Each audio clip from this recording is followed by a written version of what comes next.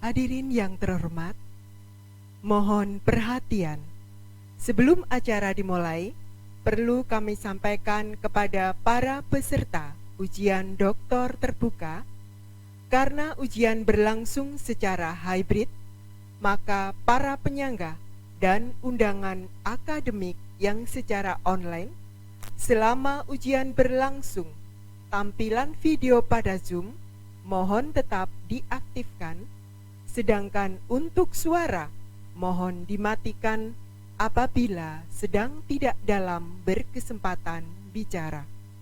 Kami ulangi, karena ujian berlangsung secara hybrid, maka para penyangga dan undangan akademik yang secara online, selama ujian berlangsung, tampilan video pada Zoom mohon tetap diaktifkan, sedangkan untuk suara mohon dimatikan apabila sedang tidak dalam berkesempatan bicara. Terima kasih. Assalamualaikum warahmatullahi wabarakatuh. Selamat pagi dan salam sejahtera bagi kita semua. Hari ini, Senin, tanggal 6 November 2023, tepat pukul 10 waktu Indonesia Barat, segera dimulainya sidang ujian doktor terbuka program studi S3 Kesehatan Masyarakat Fakultas Kesehatan Masyarakat Universitas Airlangga atas nama Saudari Dian Sofia SKM MKes, nomor induk mahasiswa 10117087306. Mohon perhatian, dimohon dengan hormat, selama ujian berlangsung, semua telepon genggam mohon di silent. Hadirin yang kami hormati, acara selanjutnya kami serahkan sepenuhnya kepada pimpinan sidang. Kepada pimpinan sidang, Profesor Dr. Katarina Umbul Wahyuni, Dr. MS MPH, dipersilakan. Terima kasih. Wassalamualaikum warahmatullahi wabarakatuh.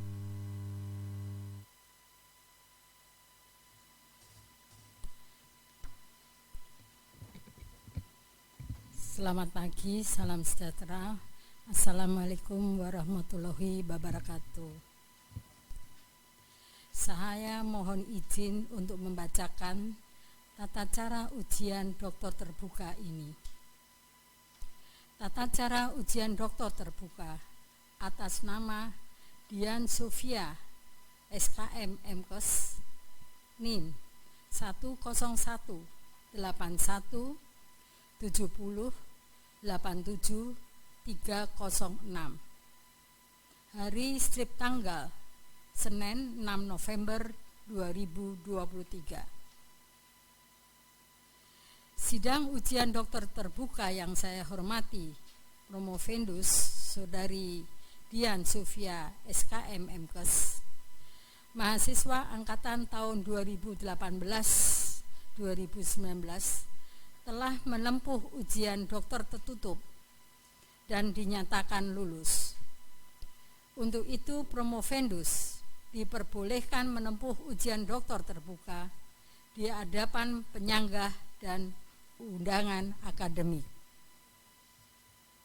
Seorang doktor selain dapat menghasilkan disertasi dengan benar dan handal, juga harus dapat mempertahankan disertasi tersebut terhadap berbagai sanggahan.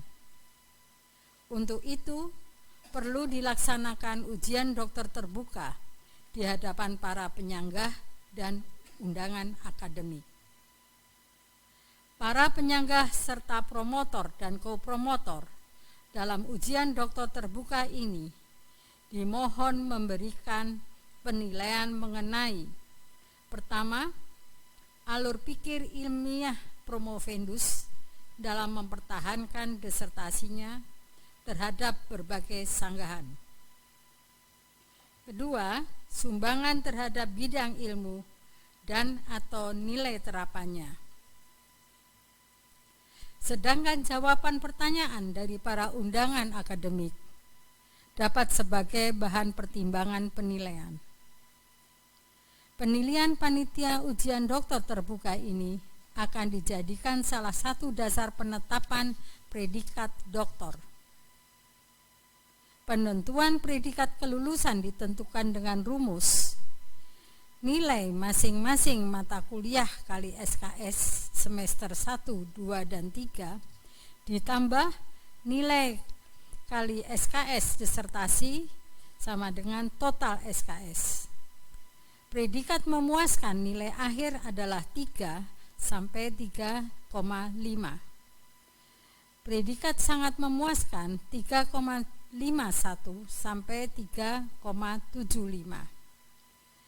Predikat dengan pujian atau cum laude 3,76 sampai 4. Keterangan khusus untuk predikat pujian atau cum laude, persyaratan masa studi maksimal 4 tahun untuk angkatan 2018-2019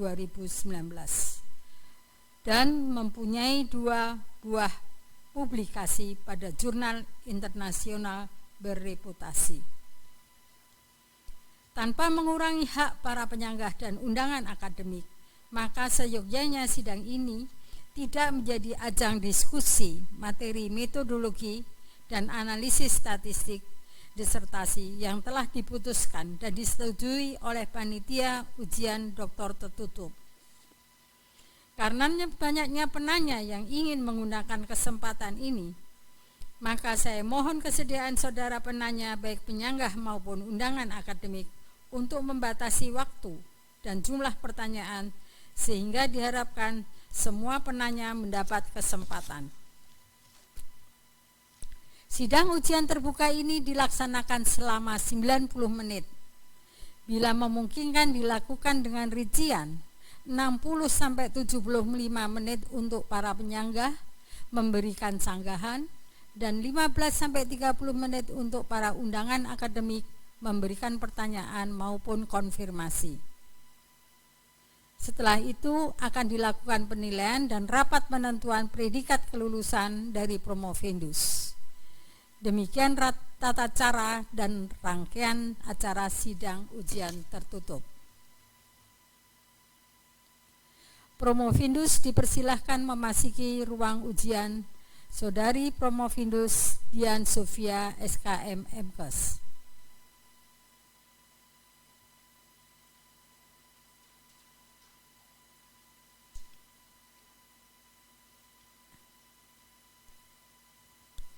Saya minta saudari hadir di hadapan sidang ini dengan maksud agar saudari dapat mempertahankan disertasi saudari terhadap sanggahan para penyanggah. Namun sebelum sidang ini dimulai, marilah kita menyanyikan lagu Indonesia Raya dan himne Airlangga Bait 1 sebagai bentuk kebanggaan kita kepada Universitas Airlangga dan mengingat alma mater tercinta Universitas Airlangga. Kepada para penyanggah undangan akademik, kami mohon berdiri.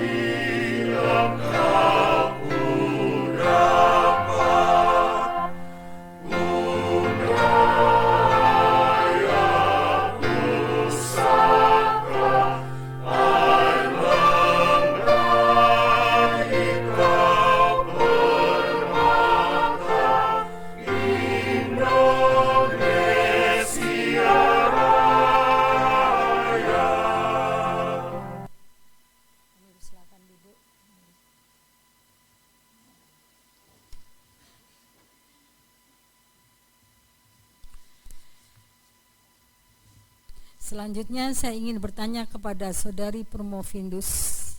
Apakah saudari pada saat ini merasa sehat jiwa dan raga serta siap untuk diuji? Terima kasih. Saya persilahkan Saudari Promotor, Profesor Dr. Sri Sumarmi, SKM MSI, yang mendapat kesempatan pertama untuk menyampaikan pertanyaan atau sanggakan. Kami persilakan.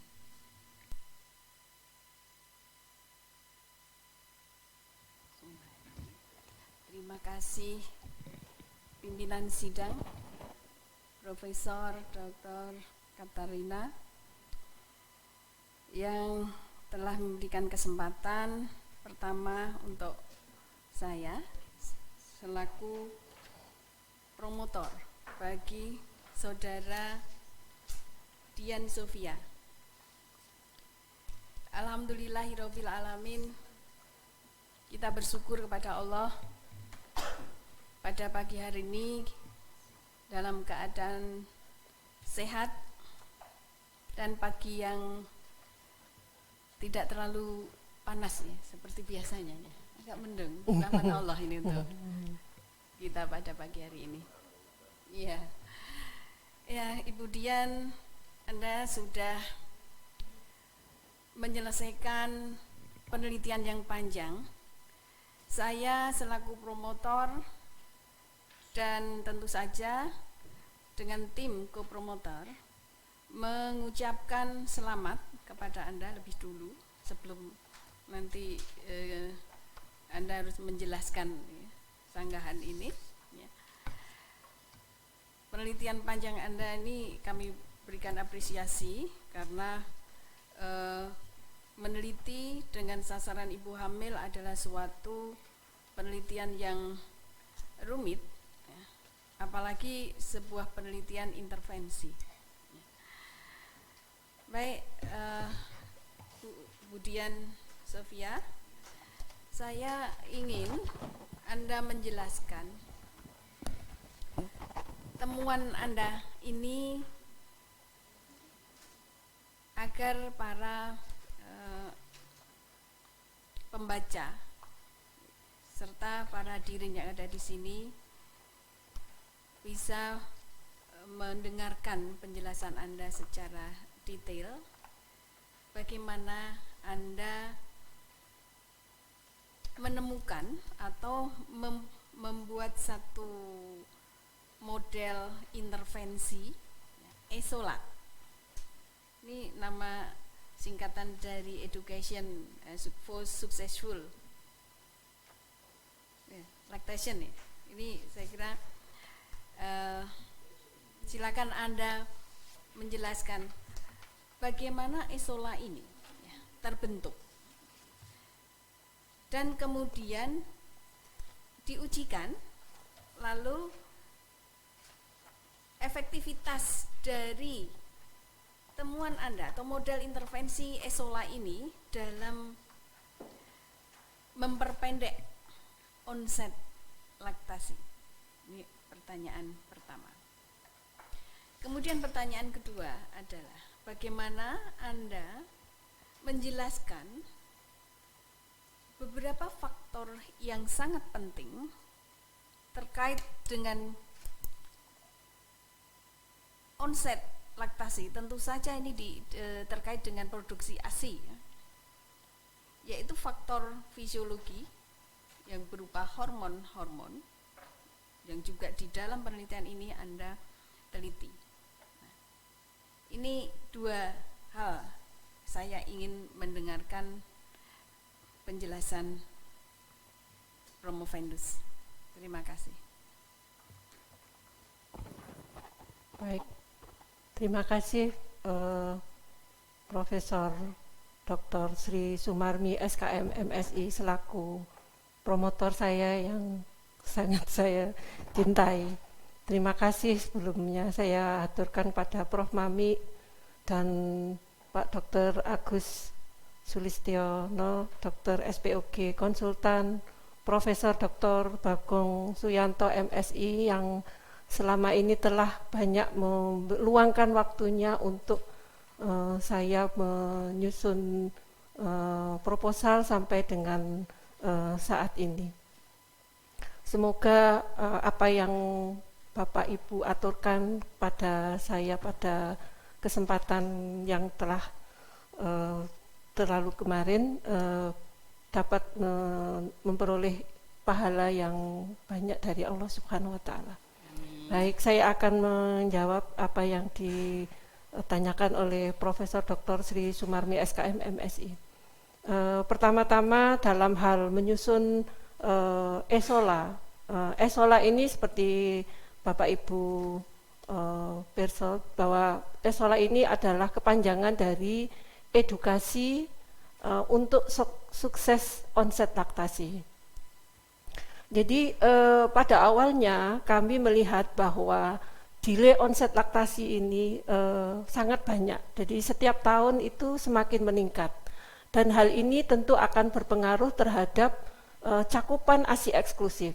Sehingga hal itu akan mempercepat bayi untuk kontak dengan susu formula. Sehingga apabila itu dibiarkan, maka akan menyebabkan banyaknya bayi yang mungkin tidak mendapatkan ASI eksklusif, dan itu akan berpengaruh terhadap kesehatan pada waktu mendatang pada bayi tersebut.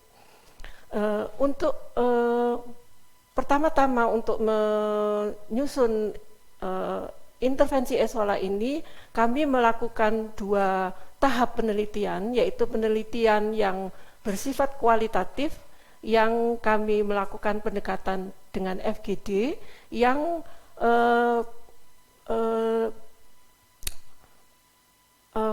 respondennya adalah dokter selaku koordinator KIA, kemudian bidan koordinator di puskesmas, kemudian ada ibu hamil yang berusia lebih dari 35 minggu, dan kader.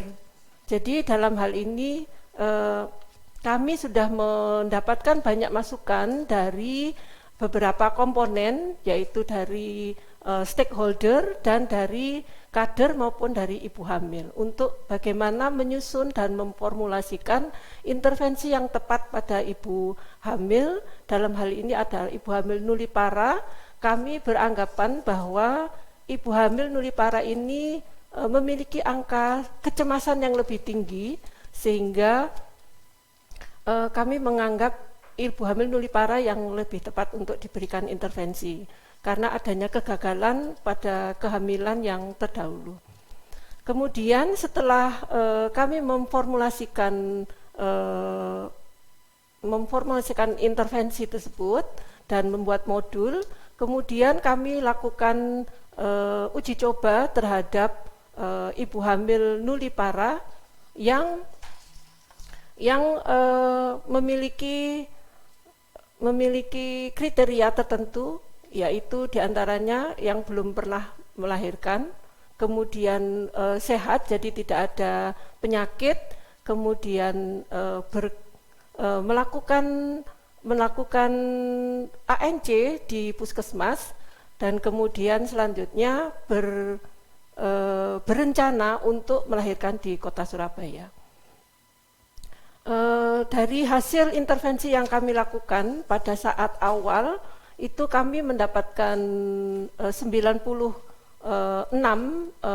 dari hasil screening, kemudian dari 96 kami lakukan pretest, dan kemudian dari pretest kemudian kami ikuti sampai dengan usia tadi usia 16 minggu, kemudian diikuti sampai usia 28 minggu. Pada saat 28 minggu ini terjadi beberapa DO dari beberapa ibu hamil, dan masih kami lanjutkan pada usia kehamilan 35 minggu, dan selanjutnya kami ikuti sampai ibunya melahirkan, dan diikuti sampai usia bayi minimal 72 jam, karena kami berpatokan bahwa delay onset laktasi itu apabila ASI keluar lebih dari 72 jam. Jadi kami mengadakan mengobservasi ibu yang setelah melahirkan itu sampai minimal 3 hari atau 72 jam setelah melahirkan untuk melihat onset laktasinya. Dari hasil intervensi kami melihat bahwa intervensi Esola ini memiliki banyak manfaat, diantaranya adalah dapat efektif untuk meningkatkan pengetahuan ibu, efektif juga untuk meningkatkan asupan makan ibu, sehingga dengan itu akan efektif juga untuk meningkatkan weight gain ibu hamil nulipara. Kemudian selanjutnya intervensi Esola ini juga efektif untuk meningkatkan mempertahankan niat ibu hamil dalam menyusui serta meningkatkan mempercepat onset laktasi. Demikian Prof. Mami untuk pertanyaan pertama. Ya, baik. Ya, pertanyaan pertama, jadi Anda merumuskan Esola ini melalui informasi-informasi dari nakes, ya, tenaga kesehatan serta ibu hamil sendiri. Siap. Apa yang diinginkan ibu hamil dan apa yang diberikan selama ini oleh tenaga kesehatan. Nah, apakah faktor sosial budaya ada enggak sudah masuk di dalam situ, di dalam Esola itu? Baik, terima kasih Prof. Mami. Faktor budaya sudah kami masukkan di dalamnya, di antaranya adalah untuk tabu Prof. Mami. Jadi tabu di dalam ibu dalam proses menyusui itu ternyata masih ada Prof. Mami, meskipun sudah berkurang karena dari beberapa narasumber ibu hamil itu masih mengatakan kalau ASI itu diberikan itu terutama kalau ibu hamil tidak boleh makan ikan karena nanti ASINya itu bisa akan amis, terutama kalau sudah melahirkan juga dilarang untuk makan ikan begitu Prof. Mami. Itu kami masukkan di dalam penyuluhan untuk ibu hamil dalam hal makanan yang harus dikonsumsi Prof. Saya kira nanti di dalam modelnya itu mungkin perlu disebutkan juga ya. Siap Prof. Itu Ya, siap Prof. Mami. Nah, kemudian dari aspek perencanaan ini kan ada Esola ini mulai dari penyusunan rencana ya kan, siap. Perencanaan kemudian sampai dengan implementasi dan bagaimana evaluasinya. Yeah. Nah, yang melakukan perencanaan ini siapa di dalam Esola ini? Yang merencanakan perencanaan Esola ini pertama-tama dari ibu kader Prof. Mami. Ibu kader ibu hamil yang ada di Kota Surabaya. Tentu dibantu dengan pendamping karena apa yang harus mana yang harus diambil, pokoknya tentu yang memiliki guide itu adalah pendamping, tetapi intinya adalah ibu kader ibu hamil yang melaksanakan program. Oke, baik. Jadi memang masyarakat sendiri yang melakukan perencanaan. Ini kalau nanti Mbak Dian ini kemudian sudah selesai penelitian, kalau dilepas di masyarakat, apakah Esola ini nanti bisa berjalan kira-kira? Bagaimana? Baik, terima kasih Prof. Mami. Jadi besar harapan kami bahwa intervensi Esola ini dapat dimanfaatkan di masyarakat Prof. Kenapa? Karena kemarin penelitian kami dilakukan di Kota Surabaya dengan banyak fasilitas, tetapi ini akan sangat memungkinkan apabila dilakukan di kota selain Kota Surabaya. Kenapa? Karena intervensi Esola ini memanfaatkan kader yang berasal dari masyarakat, sehingga sustainable dari program intervensi Esola apabila dilaksanakan di tempat lain di mana di situ ada kader ibu hamil, insya Allah akan bisa dilaksanakan dengan baik. Tentu kader ibu hamilnya harus diberikan pelatihan dulu begitu Prof. Ya. Terima kasih Prof. Mami. Iya, ya ini yang perlu saya tekankan ya, bahwa ketika hasil penelitian kita memberikan apresiasi yang tinggi pada Bu Dian ya, bahwa Ibu juga menghasilkan 2 publikasi ya, jurnal internasional dan 2 haki. Nah itu luar biasa, saya kira apresiasi yang sangat tinggi. Sehingga ketika Bu Dian sudah tidak penelitian, artinya kan nanti diserahkan kepada masyarakat ya. Nah ini kira-kira pihak mana yang dijadikan Bu Dian sebagai agent ataupun entry point dari program ini jika Bu Dian ingin suatu daerah itu mengimplementasikan atau mengaplikasikan temuan Anda? Baik, terima kasih Prof. Dr. Sri Sumarmi. Jadi kami berharap bahwa hasil dari penelitian kami berupa intervensi Esola ini dapat dimanfaatkan masyarakat luas. Dalam hal ini tentu kami akan melakukan sounding, terutama yang pertama di Dinas Kesehatan, kemudian yang kedua di Pemda, karena biasanya yang memiliki puskesmas itu adalah Pemda, yang memiliki jaring kader ibu hamil itu adalah Pemda, yang memiliki kebijakan untuk di bidang kesehatan adalah Dinas Kesehatan. Barangkali begitu Prof. Mami. Oke, baik. Dan juga Prof. Mami mungkin boleh saya tambah, mungkin juga karena kebetulan saya juga dari pendidikan, jadi pendidikan juga bisa sangat berperan karena nanti kami juga memiliki mahasiswa yang diterjunkan untuk pengabdian masyarakat, maupun mereka kalau di kami itu ada PIGM, itu mereka bisa ikut serta membantu mendampingi kader ibu hamil dalam meningkatkan pengetahuan misalnya begitu Prof. Mami. Baik. Ya, terima kasih. Jadi rencana ke depan apa yang akan dilakukan dengan Esola ini, Bu Dian? Kami akan sounding ke Dinas Kesehatan dan kepada Pemda Kota Surabaya. Kota Surabaya. Oke. Prof. Mami. Baik. Yang kedua, pertanyaan kedua, bagaimana ini Anda ini kan intervensi perilaku. Sementara onset laktasi itu terkait dengan produksi ASI, itu ada di dalam tubuhnya ibu. Bagaimana Anda mengolah data ataupun mempertimbangkan intervensi perilaku dengan faktor fisiologi pada ibu? Silakan. Baik, terima kasih Prof. Mami.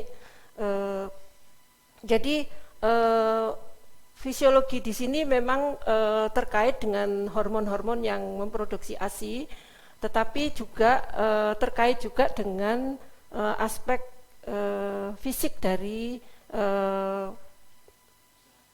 aspek fisik dari ibu, dalam hal ini mohon maaf payudara ibu.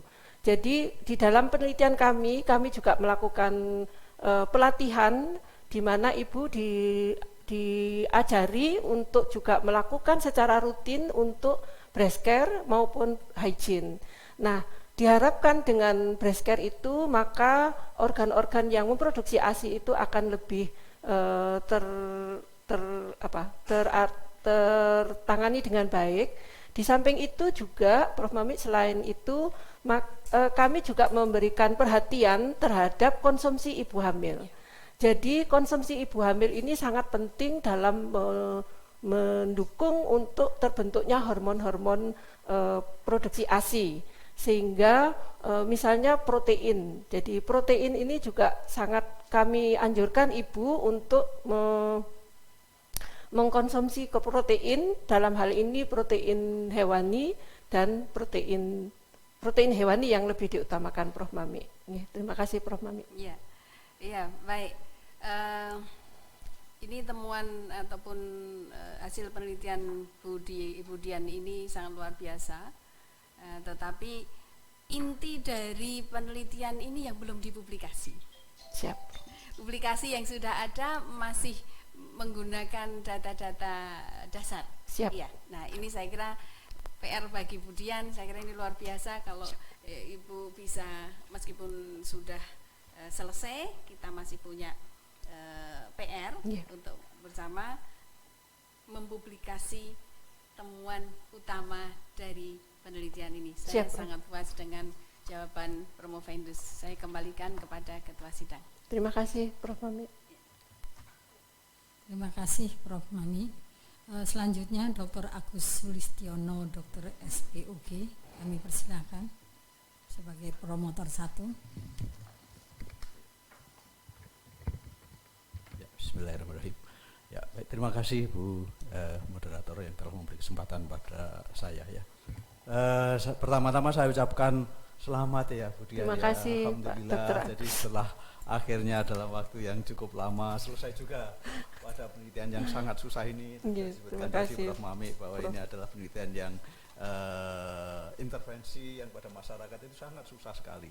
Sangat susah dan sangat lama. Sehingga akhirnya saya yakin karena hal-hal itu akhirnya menghasilkan penelitian yang buku yang sangat tebal ini. Ini sebanding, jadi memang ya searah ya, memang demikian. Yang saya tanyakan Bu Dian, pertama adalah mengenai isu nasional kita maupun internasional. Bahwa kita itu isu yang paling besar adalah untuk kesehatan adalah angka kematian ibu dan angka kematian bayi. Ya, lah kita tahu ya kalau ESOLA itu sangat penting untuk menurunkan angka kematian bayi karena dengan pemberian ASI itu akan memperbaiki baik kualitas baik kematian maupun kualitas anak yang akan dihasilkan bila beliau nanti bisa hidup sampai dewasa. Nah sekarang yang saya tanyakan, kira-kira ini ESOLA ini ada hubungannya enggak dengan angka kematian ibu? Jadi kalau misalkan ada hubungannya akan lebih baik lagi kalau ada hubungannya. Monggo silakan, kira-kira bisa dijawab Pak. Baik, terima kasih Pak Dr. Agus Sulistiono, Dr. SPOG Konsultan. Intervensi ESOLA ini sangat memungkinkan untuk menjaga kesehatan ibu hamil karena intervensi ESOLA ini dilakukan sejak kehamilan yang sangat muda, yaitu di usia 16 minggu sampai dengan persalinan, sehingga dengan hal tersebut maka ibu hamil itu akan terkontrol kapan dia harus melakukan ANC, kapan dia akan melakukan pemeriksaan-pemeriksaan sekaitan dengan kesehatan yang ada pada ibu hamil tersebut, dan ibu hamil juga didampingi untuk bagaimana dia mengkonsumsi makanan-makanan yang diperlukan untuk ibu hamil sendiri maupun untuk bayi yang akan dilahirkan nanti. Sehingga weight gain seperti yang sudah kami lakukan analisisnya, weight gain pada ibu hamil yang pada kelompok perlakuan itu lebih baik dibandingkan weight gain pada ibu hamil yang pada kelompok kontrol. Kemudian kami dengan intervensi ESOLA ini ibu hamil lebih memiliki kesempatan untuk dia bisa mengontrol kecemasannya Pak Dr. Agus, karena kecemasan ini juga sangat penting bagi ibu dan bagi kehidupan bayi pada saat nanti lahir. Begitu Pak Dr. Agus. Baik, terima kasih. Jadi benar ya bahwa sudah dijawab dengan baik Dr. Mbak Dian bahwa ini adalah untuk pada saat ANC nanti pada kita bisa melakukan sesuatu sehingga akhirnya menghasilkan ibu yang baik. Ya, di samping itu dengan adanya ASI, maka seperti yang sudah diteliti menurut ini bahwa ada peningkatan oksitosin. Ya, dengan adanya peningkatan oksitosin, maka kemungkinan kematian yang paling banyak itu kematian setelah ibu melahirkan pada saat nifas ya.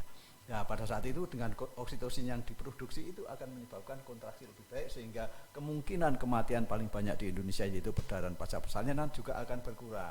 Jadi saya setuju sekali, sangat bagus sekali. Ya, baik sekali. Oke. Kemudian ESOLA ini kan sesuatu yang inovasi ya. Inovasi itu tentu saja harus paling tidak seefektif atau lebih efektif, lebih efisien, lebih murah, lebih sederhana. Kemudian dan lebih yang menguntungkan ya. Jadi ini dari yang kemarin-kemarin dari apa yang sudah diusahakan untuk mempercepat onset laktasi. Jadi ini tolong nanti ini karena ESOLA ini sangat luar biasa ya. Jadi saya setuju sekali dengan Prof. Mami dan Prof. Agung bahwa ESOLA ini sangat luar biasa sekali. Sehingga Bu Dian harus pede betul dengan ESOLA ini ya. Sehingga harus ditekankan betul apa keuntungannya, apa kesederhanaannya apa, sehingga akhirnya dengan ESOLA ini dengan melibatkan baik dari ibu, keluarga maupun pendamping sehingga akhirnya dapat memperbaiki itu semua. Jadi saya rasa inovasi ini harus ditampakkan lebih jelas, siap. kemudian gitu. Nggih, Ditampakkan siap. lebih jelas karena ini sangat baik sekali. Siap. Dan ini nanti juga bisa pada saat diseminasi ini bukan ini pada saat ini kan masih primipara saja, nggih. Jadi ini kira-kira bisa untuk yang tidak primipara apa enggak? Nggih, baik, terima kasih Kira-kira. Pak Dr. Agus. Jadi ini penelitian kami lakukan pada ibu hamil nulipara, Pak Dokter. Jadi kalau dilakukan pada ibu hamil yang tidak primipara, nulipara pasti lebih baik, karena dengan ibu hamil yang nulipara dengan kecemasan yang lebih tinggi, dengan yang tanpa pengalaman ini bisa efektif. Tentu kalau pada yang non nulipara tentu lebih efektif, karena pengalaman, terutama kalau mereka memiliki pengalaman yang positif atau tetangganya yang sudah positif, maka akan memberikan dampak yang lebih baik. Terima kasih. Jadi demikian, nggih. Jadi ini tidak hanya pada nulipara, tetapi ini juga nantinya pada saat diseminasi bisa dikerjakan pada semua ibu hamil. Siap. Jadi rasanya ini sangat penting sekali, nggih. Yang kemudian yang sudah dianukan Prof. Mahmud tadi mengenai setelah selesainya ini nanti yang paling penting adalah di samping untuk publikasi, ya, untuk keilmuan, tentu saja penelitian itu tidak hanya keilmuan tetapi bagaimana kebergunaan atau manfaat untuk masyarakat. Jadi ini yang ditunggu ya. Dan jadi strateginya bagaimana, monggo silakan. Sudah dijawab tadi. Terima kasih. Terima kasih. Demikian Ibu Moderator, sangat baik sekali jawabannya, sangat puas saya, nggih. Matur nuwun. Nggih, terima kasih. Terima kasih Dr. Agus. Selanjutnya Kopromotor 2, Profesor Dr. Bagong Suyanto, MSI, kami persilakan. Oke, matur nuwun Bu Ketua, Bu Dian. Yang pertama selamat, nggih. Terima kasih Pak Bagong. Bu Dian, karena saya ini dari ilmu sosial ya. Nggih, Prof. Jadi pemahaman saya pada studi-studi kuantitatif itu agak kurang. Ya. Karena yang kami dalami biasanya studinya lebih banyak kualitatif, yang lebih memikirkan varian subjek daripada menghomogenisasi subjek. Ya, jadi, tapi saya senang karena Bu Dian juga melakukan wawancara kualitatif in-depth juga ya. Jadi saya lebih ingin mungkin Bu Dian bisa menceritakan ya, selain pembuktian hipotesis yang sudah dipaparkan dalam kesimpulan ini, tentu dalam kenyataan kan ada 1, 2, 3 orang yang tidak sesuai dengan logika hipotesis yang dibangun oleh Bu Dian ya. Jadi mungkin Bu Dian bisa menjelaskan 1, 2, 3 orang yang tidak setuju, yang diberi penyuluhan kok ya tetap saja, itu kira-kira menurut Bu Dian karena apa ya? Apakah karena model sosialisasinya itu sama sehingga ketika menghadapi kelompok target tertentu dengan kelompok target yang lain itu efeknya juga berbeda. Kan mungkin ada yang bisa didekati melalui katakanlah kelompok pengajian yang mengandalkan ibu nyai misalnya. Tapi ada juga karena ini di masyarakat urban ya, mungkin lebih efektif kalau mengandalkan selegram gitu ya, orang-orang tertentu gitu. Mungkin Bu Dian bisa nanti mengelaborasi lebih jauh di sarannya ya, kira-kira bagaimana kalau menghadapi kelompok target yang berbeda-beda profil sosiobudayanya, apa yang harus dilakukan? Mohon tanggapan Bu Dian. Baik, terima kasih Profesor Dr. Bagong Suyanto, MSI. Untuk kelompok-kelompok yang memang kami juga mendapatkan kelompok yang agak aneh begitu, yang berbeda dengan apa yang kami ini. Jadi memang pendekatannya kami, mohon maaf karena penelitian kami lakukan pada saat pandemi, Prof. Bagong. Jadi kami memiliki keterbatasan, diantaranya adalah menemui ibu hamil secara langsung itu pada saat itu kami tidak diizinkan karena pandemi. Jadi kami menggunakan petugas kesehatan, Prof. Jadi dalam hal ini pendamping itu adalah petugas kesehatan yang kami latih tersendiri untuk melakukan pelatihan dan penyuluhan pada ibu hamil. Jadi kami juga menggunakan beberapa sosial media, Prof. Jadi ada kami menggunakan WhatsApp dan juga menggunakan media lain misalnya YouTube dan lain sebagainya. Jadi di sana kami juga menampilkan sosok-sosok yang terkenal, jadi dalam ini artis yang mereka sukses juga memberikan ASI.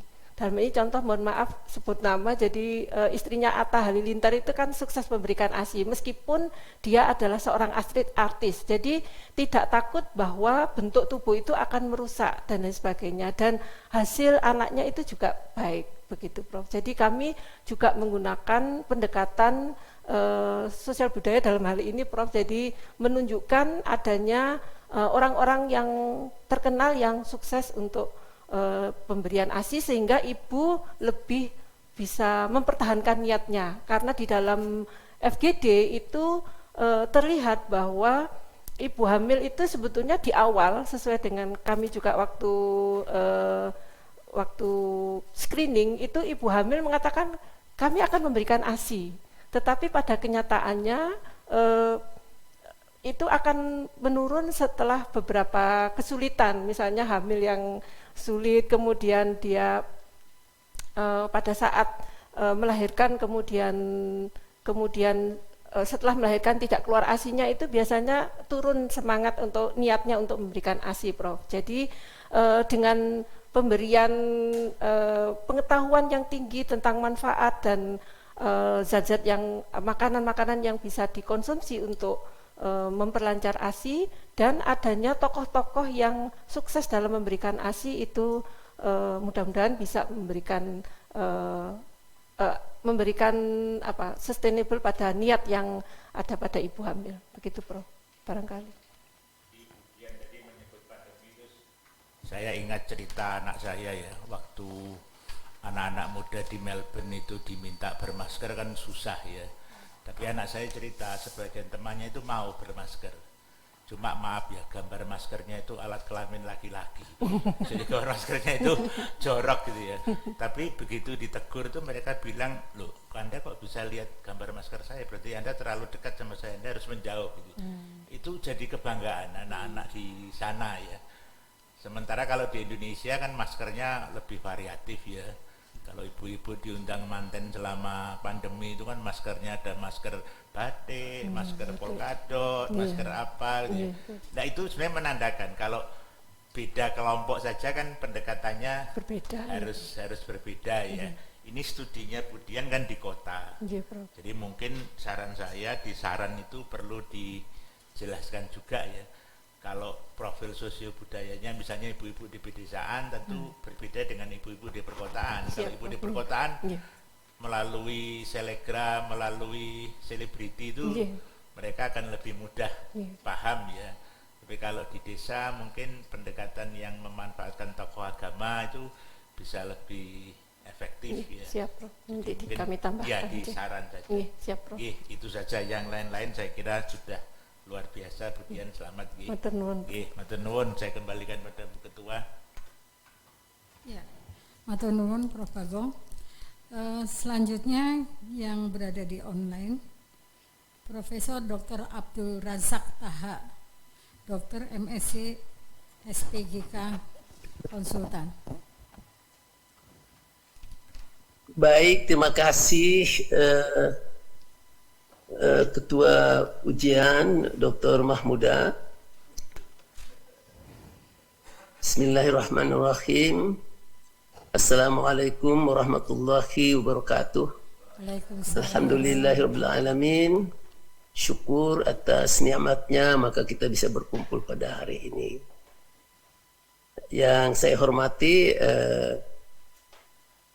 promotor sahabat saya ini, Profesor Dr. Sri Sumarmi SKM MSc, yang punya pengalaman luar biasa dalam penelitian seperti ini ya, sehingga tidak diragukan lagi untuk membimbing mahasiswanya.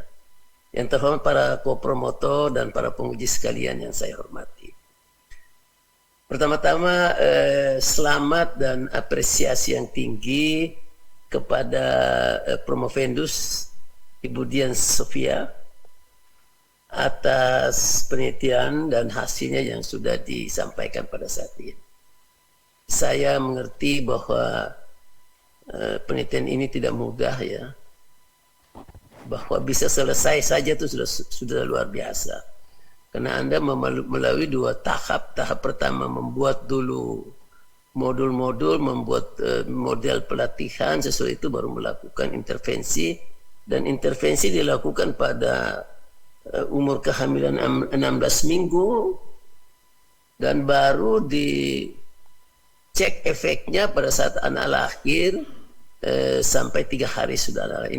Ini perjalanan yang panjang. Tidak banyak orang bisa sukses seperti ini. Jadi selamat dan terima kasih kepada Promovendus yang telah memberikan kita informasi tentang sebuah penelitian yang luar biasa di lapangan. Saya membaca penelitian ini dan sangat tertarik ya. Ada beberapa yang ingin saya sampaikan. Sebelumnya saya bertanya dulu ya. Mungkin ada mirip-mirip tetapi agak secara khusus ya. Kalau saya lihat pada kerangka konsepnya, maka jarak antara intervensi ESOLA itu pada Anda punya kerangka konsep di dalam naskah. Jarak antara intervensi ESOLA sampai pada onset laktasi itu kan panjang banget. Panjang dari aspek konsep, juga panjang dalam aspek waktu. 16 minggu, lalu Anda cek itu pada 35 minggu, lalu cek lagi pada akhir dari ketika anak itu sudah dilahirkan. Jadi ada 2 hal yang menurut saya itu membutuhkan daya tahan yang luar biasa untuk bisa sampai menyelesaikan. Yang pertama dari segi konsep. Sebagai satu contoh, dari intervensi ESOLA ada perubahan pengetahuan atau peningkatan ketahuan dan keterampilan yang Anda buktikan di dalam analisis statistiknya bermakna ya. Lalu dari situ mempunyai dampak terhadap niat juga bermakna ya. Niatnya berapa baik. Juga ada makanan, asupan makanan. Lalu Anda juga analisis tentang kecemasan, bukan asupan makanan pengelolaan kecemasan juga Anda buktikan bahwa itu ESOLA mempunyai dampak yang positif menurunkan kecemasan. Juga dari kenaikan berat badan yang Anda taruh di situ. Dan titik akhir sebelum atau kotak terakhir sebelum masuk onset itu adalah produksi dari hormon-hormon produksi dari hipofisis. Ada 3 yang Anda catat situ, ada prolaktin, oksitosin, ya, hormon HPL. Ini menarik sekali oleh karena suatu studi masyarakat, kesehatan masyarakat yang mengikut sertakan biomarker pada tingkat klinik seperti ini. Ini tidak banyak orang lakukan ini. Yang saya ingin mendapatkan penjelasan dari Promovendus, bagaimana perjalanan dari intervensi ESOLA melewati berbagai tahapan-tahapan variabel antara tadi seperti pengetahuan, niat untuk menyusui, asupan makanan, status gizi, bisa sampai pada variabel biomarker yang memang mempunyai dampak yang langsung terhadap pada onset itu. Itu hal pertama yang saya.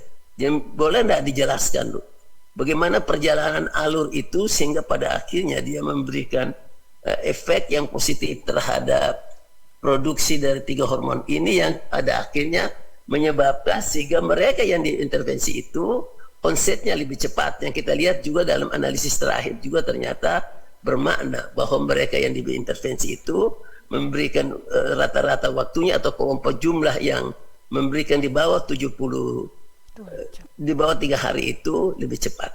Itu yang pertama, silakan. Baik, terima kasih Profesor Dr. Abdur Razak Taha, Dr. MSc SPGK Konsultan. perjalanan tentang intervensi ini yang kami lakukan sampai dengan pada marker untuk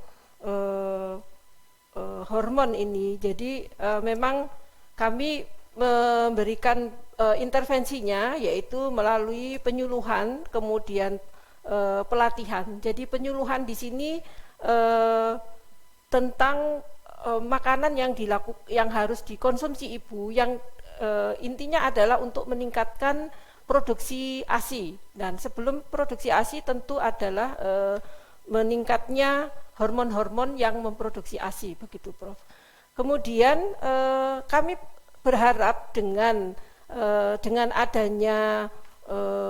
adanya intervensi yang kami berikan itu, maka dengan asupan yang cukup, maka ibu akan memiliki status gizi yang meningkat, begitu Prof. Jadi status gizi di sini adalah weight gain ibu hamilnya. Diharapkan dengan itu, maka dengan status gizi yang baik, maka hormon ibu itu akan terbentuk dengan lebih baik. Dan kami juga melakukan penelitian pada kelompok perlakuan itu ada kami berikan waktu mereka untuk mendapatkan konseling dari psikolog yang ada di puskesmas. Kebetulan di kota Surabaya ini semua puskesmas memiliki psikolog, sehingga pada kelompok perlakuan mereka mendapatkan arahan dari psikolog untuk bagaimana menurunkan kecemasan yang ada pada ibu hamil, dengan harapan dengan turunnya kecemasan atau dikelolanya dengan baik kecemasan itu, maka hormon-hormon yang berpengaruh terhadap produksi ASI itu akan menjadi lebih baik terproduksinya, Prof. Begitu Prof, barangkali. Ya, terima kasih. Tadi penekanannya pada kotak status gizi. Kalau saya baca di dalam naskah Anda, definisi operasional status gizi itu dikaitkan dengan weight gain, tidak dengan asupan. Ada satu kotak khusus, malah ada asupan makanan yang juga Anda ukur di dalamnya. Anda ukur lalu melalui recall 24 jam selama 3 seri, lalu Anda sampai pada kesimpulan bahwa ada faktor makronutrien, ya, ada energi, ada karbohidrat, ada lemak yang tidak mempunyai dampaknya hanya pada lemak. Lalu Anda juga lihat pada beberapa mineral dan vitamin. Ya. Menurut saya sih kalau mau menjelaskan tentang tiga, kalau dari hubungannya dengan gizi, maka penjelasannya barangkali lebih tepat pada asupan ketimbang menjelaskan dari status gizi, karena definisi operasional status gizi di dalam penelitian ini lebih pada weight gain, ya. Ya, oke, saya kira itu. Saya mau sampaikan satu informasi. Ada sebuah systematic review yang bagus sekali, baru saja terbit tahun 2022, ya. Dan systematic review ini untuk pertama kalinya mencakup cukup banyak penelitian, 120 penelitian tentang khusus mengenai ini, tentang delay onset ini, ya, dan beberapa faktor lain di hampir semua negara, dan negara yang sudah maju, negara yang setengah maju, dan negara yang masih terbelakang, ya, pada dunia ketiga. Jadi dari high economy, middle economic country sampai low economic country. Ada 120. Saya mau sampaikan bahwa dari penelitian yang demikian banyak, mereka lalu sampai pada kesimpulan ada dua faktor besar. Yang pertama faktor protektif. Dan sebenarnya yang sedang dilakukan oleh Promovendus kan sebenarnya faktor protektif. Ternyata faktor protektif yang paling besar yang mereka dapat itu adalah praktek baik pada rumah sakit. Praktek baik pada rumah sakit. Misalnya praktek baik kepada UMD, inisiasi Masudini, yang harus dilakukan di rumah sakit. Dan itu nanti ada kaitannya dengan INC kita yang kita harap waktu mereka melahirkan oleh tenaga kesehatan di dalam program kita. Faktor protektif kedua adalah terhindarnya dari susu formula. Itu studi systematic review itu. Dan ketiga ya, yang sekarang Anda sedang buat, ini ada konseling. Ya, dukungan dari konseling itu ada nomor 3. Tapi dia berada pada posisi ketiga. Maksud saya bahwa ini bagus, tapi perhatian terhadap praktik rumah sakit dan susu formula itu sebenarnya berada pada posisi yang lebih tinggi. Artinya dengan kata lain bahwa ekola ini kalau dilakukan dan kemudian nanti diperkuat dengan praktek rumah sakit dan penghindaran susu formula, maka hasil yang Anda dapatkan tadi ini, misalnya Anda dapat 8 dan 4 ya, mereka yang saya lihat dari hasil analisis Anda ini, itu yang kemudian lewat dari 72 hari. Mereka mendapat juga faktor risiko. Faktor risiko yang dia dapat itu yang pertama adalah justru yang Anda salah satu ini teliti di sini, yaitu status gizi ibu hamil yang berat badannya lebih. Saya tidak tahu di dalam sampel Anda ini ada yang berat badan lebih atau tidak. Yang kedua sesar, tidak ada di dalam kasus Anda ini. Yang ketiga adalah kesehatan fisik dan mental yang barangkali belum sempat dilihat daripada penelitian ini. Mungkin kesehatan mental bisa dihubungkan tadi dengan kecemasan. Ya. Dan yang keempat sebenarnya menurut saya itulah yang Anda sedang buat, yaitu efikasi diri. Self-efficacy dari ibu-ibu yang akhirnya percaya bahwa dia bisa melakukan sesuatu bagi anak-anaknya. Itu kalau saya sih tangkap, itu sebenarnya inti dari dari Esola ini. Esola ini meyakinkan ibu-ibu bahwa dia bisa loh. Dia bisa yakinkan supaya anaknya itu nanti mendapatkan susu dari. Jadi itu adalah dan itu studi itu cukup banyak, kan ada 120 penelitian yang dilakukan. Itu nomor 2, itu masukan saya.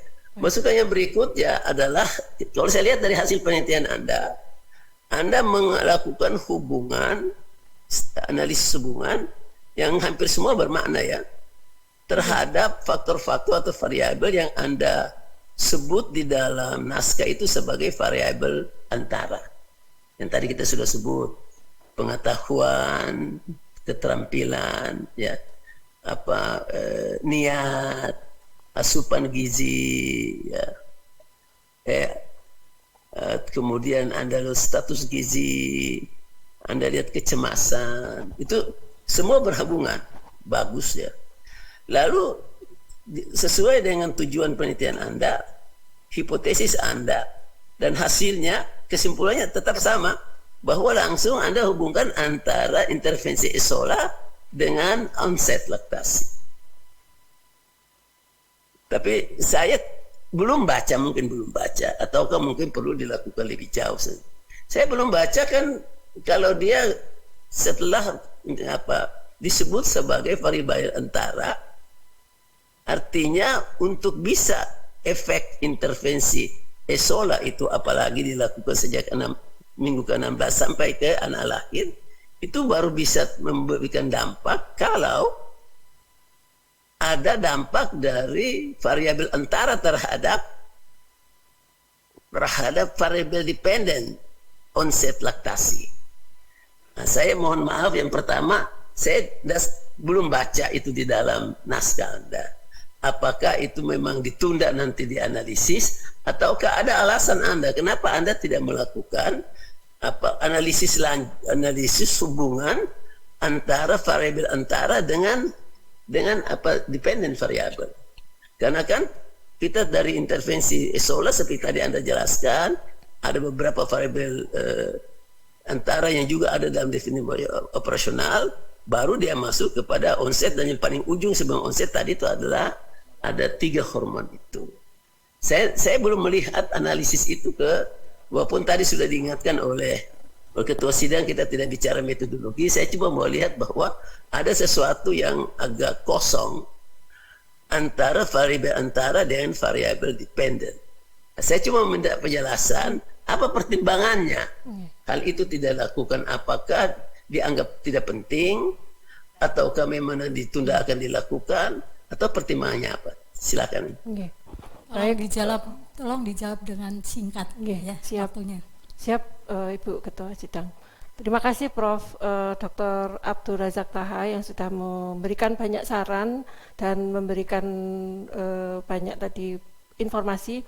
Saya ingin menjelaskan bahwa memang kami belum melakukan Prof untuk itu, jadi nanti kami akan melakukannya lebih pada waktu kami mempublikasikan. Jadi beberapa waktu lalu sudah kami lakukan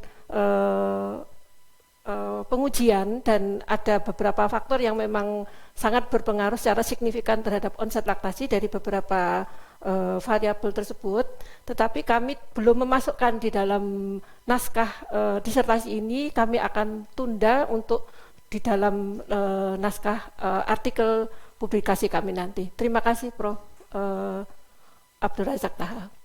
Oh, baik, jadi sengaja belum memasukkan. Siap. Ini terakhir dari signifikansi ini terhadap masalah kita. Salah satu kata atau kosakata yang sangat terkenal di dalam kehidupan kesehatan kita, terutama gizi sekarang, adalah stunting. Ya, kebetulan belum ada yang tanya ke stunting, walaupun sebenarnya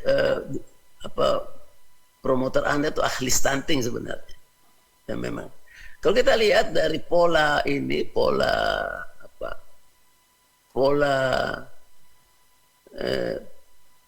kontributor stunting di Indonesia, kontributor baru ya, stunting baru di Indonesia, Pak Ibu Prof Mami juga tahu persis. Itu kontributornya tuh ada pada tiga titik yang penting sekali. Titik pertama ketika tuh anak lahir. Titik kedua pada saat anak itu umur 6 bulan. Titik ketiga berada pada anak umur 6 bulan sampai 11 bulan. Ya. Kita kan dalam program malah ada peraturan presiden khusus untuk mempercepat penurunan stunting. Kalau kita mau percepat penurunan stunting, maka kita harus konsentrasi pada tiga titik kontributor ini. Bagaimana agar kalau anak lahir dia tidak memiliki kontribusi terbesar terhadap stunting. Itu urusan teman-teman di SPOG itu nanti dengan gizi dan seterusnya pada saat ibu hamil. Yang kontribusi yang terbesar yang bisa diberikan oleh ESOLA ini pada titik kedua, Ibu Dian, yaitu pada umur 0 sampai 6 bulan. Yang tadi di dalam bahasan Anda juga banyak disebutkan dari kegagalan kita pada ASI eksklusif. Mohon maaf, Prof, bisa dipersingkat? Ya. Nah, yang bisa Anda lakukan adalah bagaimana Anda mendorong agar tadi tidak saja kepada peningkatan dari penurunan angka kematian, tapi peningkatan dari ASI eksklusif yang memang naiknya sangat lambat di Indonesia. Jadi kalau boleh saya usul, ini bisa diteruskan, mungkin Anda bisa bekerja sama dengan kelompok-kelompok yang mendorong ASI ke depan, sehingga signifikansi atau makna dari penelitian Anda ini akan sangat besar terhadap percepatan penurunan stunting. Saya kira cukup sampai situ. Ya, Assalamualaikum warahmatullahi wabarakatuh. Baik, terima kasih Prof. Razak Taha. Terima kasih Prof. Abdul Razak Taha. Minta maaf sebelumnya tadi saya persingkat. Selanjutnya Prof. Dr. Ida Bagus Narmada, Dr. Gigi MKes, spesialis orto konsultan, kami persilakan. Baik. Terima kasih pimpinan sidang. Pertama-tama saya ucapkan selamat Dr. Dian. Hari ini sudah bisa menyelesaikan disertasinya, ujian. Namun demikian kebetulan saya ini dari Dr. Gigi ya. Siap. Dan menyanggah di sini bahwa sesuai dengan judul disertasinya berkaitan dengan breastfeeding ya. Karena banyak sekali kasus-kasus kelainan pertumbuhan gigi rahang itu berkaitan dengan bottle feeding sebetulnya. Tentunya akan mengurangi jumlah kasus maloklusi kalau kalau penelitian ini berhasil dan sudah dinyatakan bahwa asupan susu ASI itu kepada anak-anak itu akan memperlambat atau terjadinya karies gigi ya, karena kalau bottle feeding itu pertumbuhan rahang dan gigi akan terhambat. Nah, di dalam pertanyaan saya ini berkaitan dengan bagaimana kalau yang diteliti itu ada pasangan yang ada orang tuanya, terutama ibu sebagai pendamping, ibu mertua. Kebetulan saya dulu juga tinggal kos jadi mertua ya. Jadi itu sebagai pendamping untuk bagaimana supaya ASI itu eksklusif. Dari penelitian-penelitian yang sudah dilakukan, apakah ada kendala-kendala berkaitan pasca kelahiran terhadap ASI yang eksklusif? Silakan. Baik, terima kasih Bapak Profesor Dr. Ida Bagus Narmada, Dr. Gigi Emkes, spesialis ortodontik, konsultan. Dari beberapa literatur dan beberapa penelitian yang telah kami pelajari, Prof. Jadi memang orang tua dalam hal ini itu sangat berperan penting terhadap suksesnya ASI eksklusif, begitu, Prof. Di dalam intervensi Esola ini kami mengikut sertakan orang tua dan suami, idealnya begitu, Prof. Tetapi kami kemarin tidak melakukan, tapi di dalam konsep intervensi Esola itu sebetulnya ada, tetapi kami karena kemarin proses penelitiannya dilakukan pada saat pandemi, jadi dilakukan, tetapi tidak semua responden itu dilakukan pendekatan terhadap orang tuanya, begitu, Prof. Jadi oleh karena itu kami tidak mengukur bagaimana efek intervensi ini terhadap keluarga, terhadap orang tua dan suami, karena tidak semuanya, begitu, Prof. Tapi kami dari beberapa literatur itu kami memperoleh informasi bahwa sangat penting bahwa keluarga itu diikut sertakan karena dia bisa menjadi faktor pendukung untuk suksesnya ASI eksklusif, tetapi dia juga menjadi faktor penghambat. Terutama apabila pada awal setelah bayi lahir, kemudian ASI itu mengalami delay onset, biasanya bayinya nangis dan ASI-nya belum keluar, biasanya orang tua maupun suami ini cemas, begitu, Prof.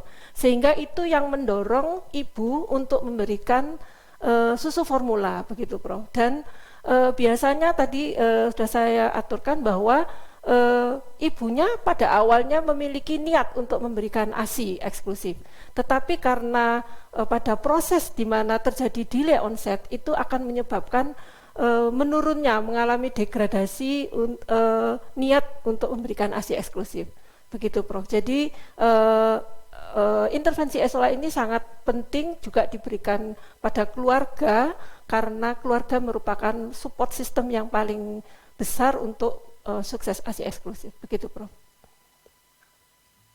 Baik, terima kasih. Jadi Esola ini adalah temuan barunya ya. Iya, Prof. Ya, tentunya nanti akan berupa suatu pedoman, sehingga nanti pedoman ini bisa disampaikan tidak hanya di dinas, kota, provinsi, bahkan secara nasional. Siap. Ya, karena menyangkup keseluruhan di Indonesia. Jadi mungkin dapat label jadi Kemenkes. Terima kasih. Ya, terima kasih, Prof. Narmada. Sukses.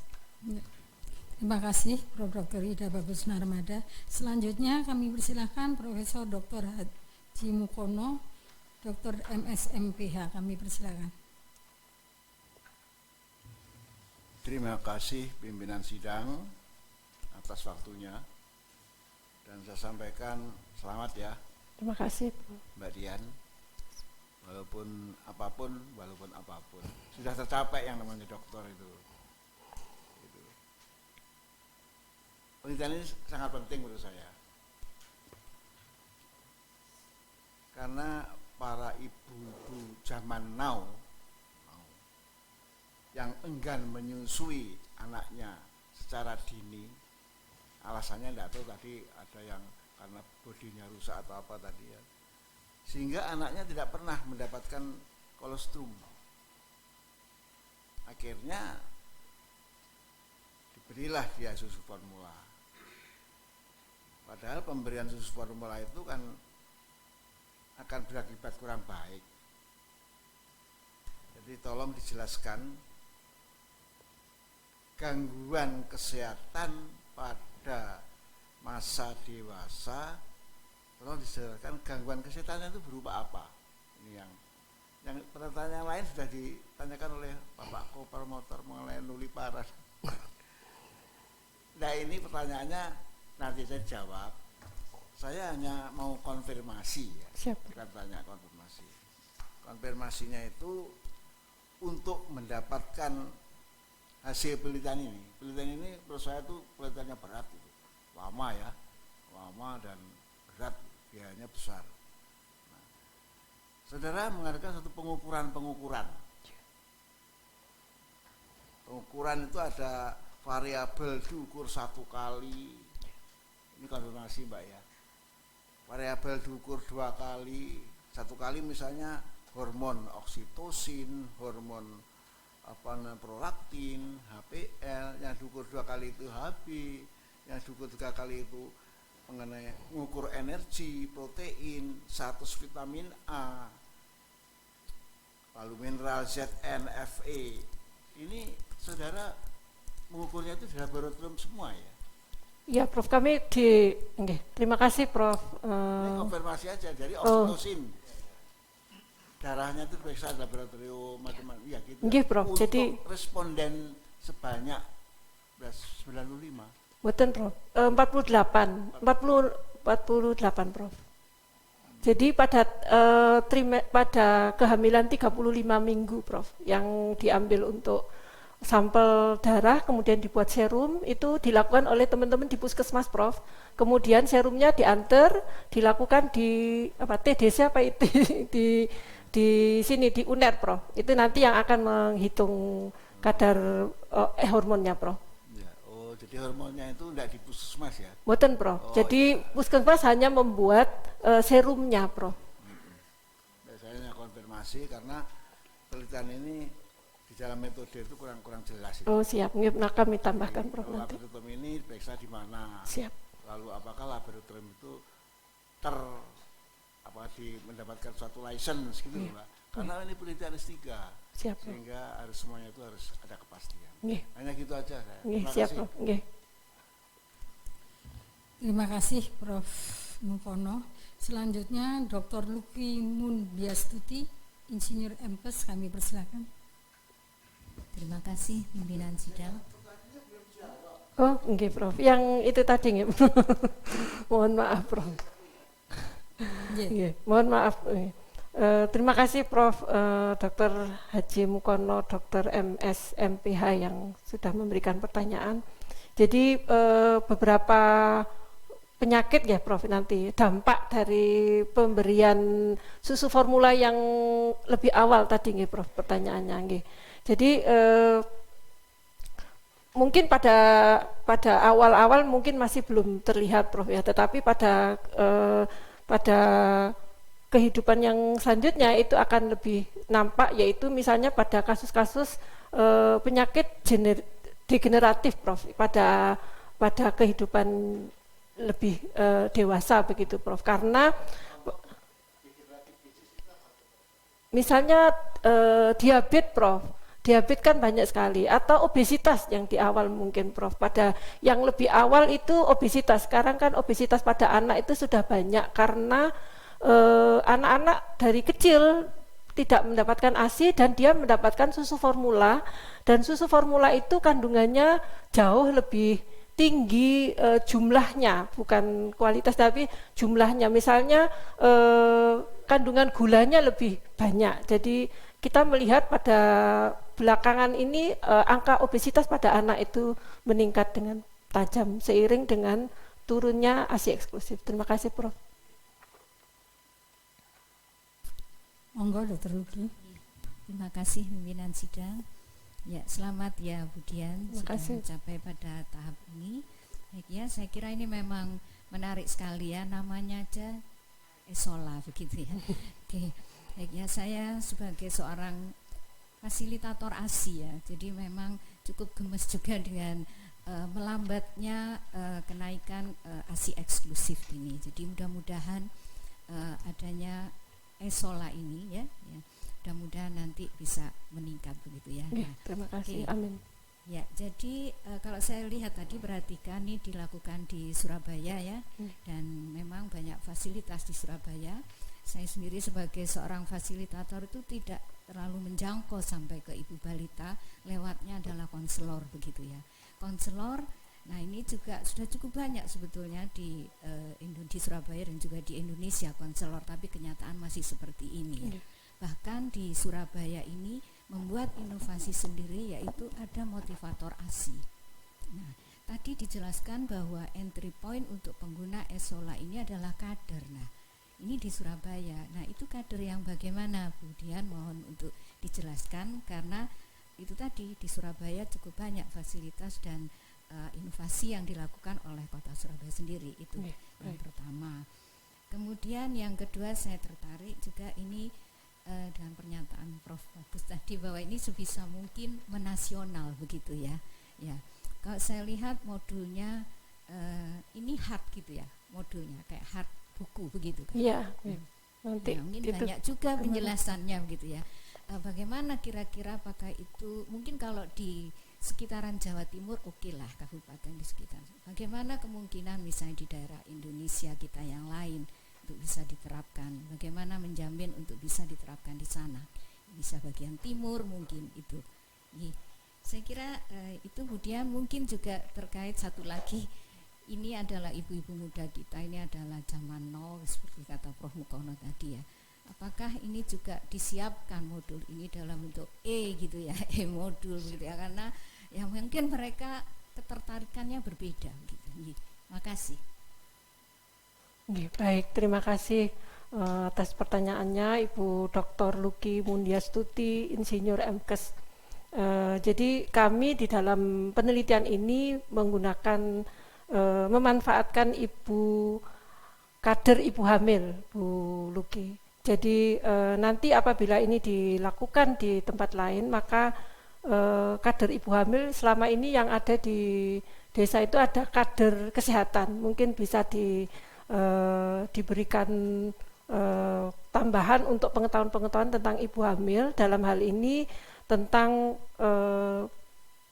yang juga terpenting adalah bagaimana menyiapkan ASI-nya, menyiapkan bagaimana tentang makanannya, bagaimana tentang pengetahuan khusus tentang ASI, dan bagaimana tentang mengelola misalnya breast care dan lain sebagainya. Kemudian bagaimana apabila mengalami hambatan pada saat bayinya sudah lahir. Begitu Bu Luki untuk pertanyaan pertama. Oke, kemudian untuk yang tadi. Oh nggih, siap nggih. Jadi tadi Ibu menanyakan bagaimana apakah sudah disiapkan. Jadi alhamdulillah karena penelitian kami ini kami lakukan pada saat pandemi, Bu. Jadi kami banyak menggunakan justru melalui media sosial. Jadi seperti bagaimana kami memberikan penyuluhan, itu juga kami selain ada pendamping yang mendampingi, itu juga di-share melalui YouTube dan melalui WhatsApp yang sudah ada. Jadi nanti mungkin akan kami buatkan semacam blog khusus untuk bagaimana ini bisa dicapai oleh ibu hamil yang milenial begitu, yang satu blok itu bisa mencapai semua. Kalau kemarin masih putus-putus, Bu, masih terpisah-pisah. Jadi kalau misalnya untuk bagaimana breast care itu kami minta izin ke D3 Fisioterapi yang ada di Purwokerto. Jadi mereka memberikan izin, jadi kami minta izin untuk mereka membuat itu, terus kemudian kami share ke ibu hamil. Itu masih putus-putus begitu, Bu. Nah, nanti mudah-mudahan kami bisa membuat satu blog sehingga itu bisa menjadi satu, sehingga begitu satu klik itu bisa mencakup semua aspek. Begitu Bu Luki, terima kasih. Ya, mungkin ini juga bisa jadi jaminan untuk menasional tadi. Ya. Mudah-mudahan Bu Luki. Ya, terima kasih. Baik, terima kasih. Ya, terima kasih Bu Dr. Luki. Selanjutnya Dr. Mahmudah, Dr. MKes, singkat ya. Matur suwun pimpinan sidang. Saya nanya satu saja, Bu. Tapi saran satu ya, nanya satu, saran satu. Siap. Biar kekinian, Esolanya, E-nya kalau dipakai E kecil ya kayak elektronik gitu kan lebih bagus kayaknya. Boleh. Siap. Ya. Terima kasih, mungkin saya matur Bu pertimbangan dari Bapak Ibu promotor dan kopromotor. Tapi saya menarik sekali dengan tadi yang sekaitan dengan disampaikan Bu Dr. Luki tadi. Saya satu saja Ibu, tadi di sini kan dituliskan pendampingnya itu kan ada apa, tugas khusus atau gitu ya tadi. Tadi sudah dijelaskan waktu promotor bertanya itu harusnya kan kader gitu ya, juga diulang sama Bu Lucy. Tapi waktu penelitian ternyata kan tenaga kesehatan ya. Kader juga Bu. Ada kader juga. Kader, Okay. Kader ibu hamil juga melakukan, tetapi ada pendampingan. Pendampingannya masih dilakukan oleh tenaga kesehatan. Begitu Bu. Oke, berarti sudah lengkap ya. Jadi kalau apa keberlangsungannya lebih terjamin ya kalau benar-benar dari masyarakat itu ada. Cuman di saran Bu Dian menuliskan family oriented healthcare. Jadi kan ini nanti akan ada unsur keluarga begitu ya. Bisa dijelaskan kira-kira apa yang dibayangkan Bu Dian dengan menyarankan ini. Baik. Baik, terima kasih Ibu Dr. Mahmudah, Dokter Insinyur MKes. Ini di sini dokter, mohon maaf. Jadi memang di dalam penelitian kami kemarin seperti tadi saya sudah matur bahwa